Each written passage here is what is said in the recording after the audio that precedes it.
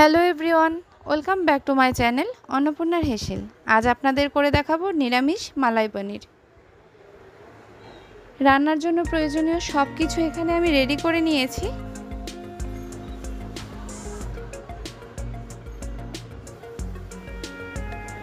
এবার সবার প্রথমেই আমাকে একটা মশলার পেস্ট তৈরি করে নিতে হবে, আর তার জন্য একটা মিক্সিং জারে দিয়ে দিয়েছি 10-12টা কাজু বাদাম, 1 ইঞ্চি আদা কুচি করে নিয়েছি, দিচ্ছি একটা ছোট টমেটোটা চাইলে স্কিপ করতে পারেন।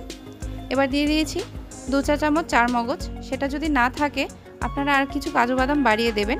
এবার স্বাদ অনুযায়ী কাঁচা লঙ্কা আর জল দিয়ে একটা পেস্ট তৈরি করে নিয়েছি। এবার আমি কড়াইয়ে তেল গরম করে নেব, আর এই পাশে 1 কাপ মতো গরম জল ফুটিয়ে ওর মধ্যে নুন চিনি দিয়ে দিয়েছি। এবার ছোট ছোট করে কেটে রাখা পনিরগুলোকে এখানে আমি ভেজে নেব। পনিরগুলোকে হালকা করে ভাজবো, যেহেতু এটা মালাই পনির তাই এখানে আমি হলুদ ব্যবহার করিনি। পনিরগুলো ভেজে সাথে সাথে এই গরম জলে দিয়ে গ্যাসের ফ্লেমটা বন্ধ করে দেব, তাহলে পনিরের ভিতরে খুব ভালো করে নুন মিষ্টিটাও ঢুকে যায় আর পনিরটা খুব সফট থাকে। এবার আমি তেলের মধ্যে এলাচ, দারচিনি আর লবঙ্গ ফোড়ন দিয়ে ফোড়নটাকে ভেজে নিয়ে যেই মশলার পেস্টটা তৈরি করেছি সেটা দিয়ে একটু নেড়েচেড়ে নিচ্ছি। এবার এখানে আমি দিয়ে দিচ্ছি কাশ্মীরি লঙ্কার গুঁড়ো, ধনে গুঁড়ো, স্বাদ অনুযায়ী নুন দিয়ে লো টু মিডিয়াম হিটে মশলাটাকে খুব ভালো করে কষিয়ে নেব।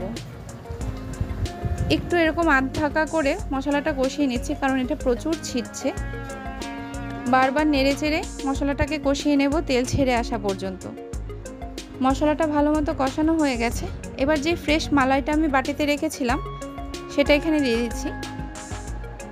এখানে ফ্রেশ ক্রিম ব্যবহার করলে ঠিক টেস্টটা আসে না, এখানে ফ্রেশ মালাইটাই ব্যবহার করতে হবে।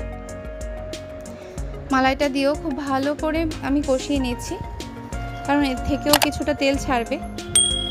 এবার এখানে আমি দিয়ে দিচ্ছি 1/2 চা চামচ কাসুরি মেথি, আর দিয়ে দিয়েছি 1/2 চা চামচ গরম মশলা গুঁড়ো দিয়ে একসাথে ভালো করে মিশিয়ে নিয়ে যেই জলে আমি পনিরটা ভিজিয়ে রেখেছিলাম সেই জল শুদ্ধ পনিরটা এখানে দিয়ে একটু ভালো করে মিশিয়ে নেব।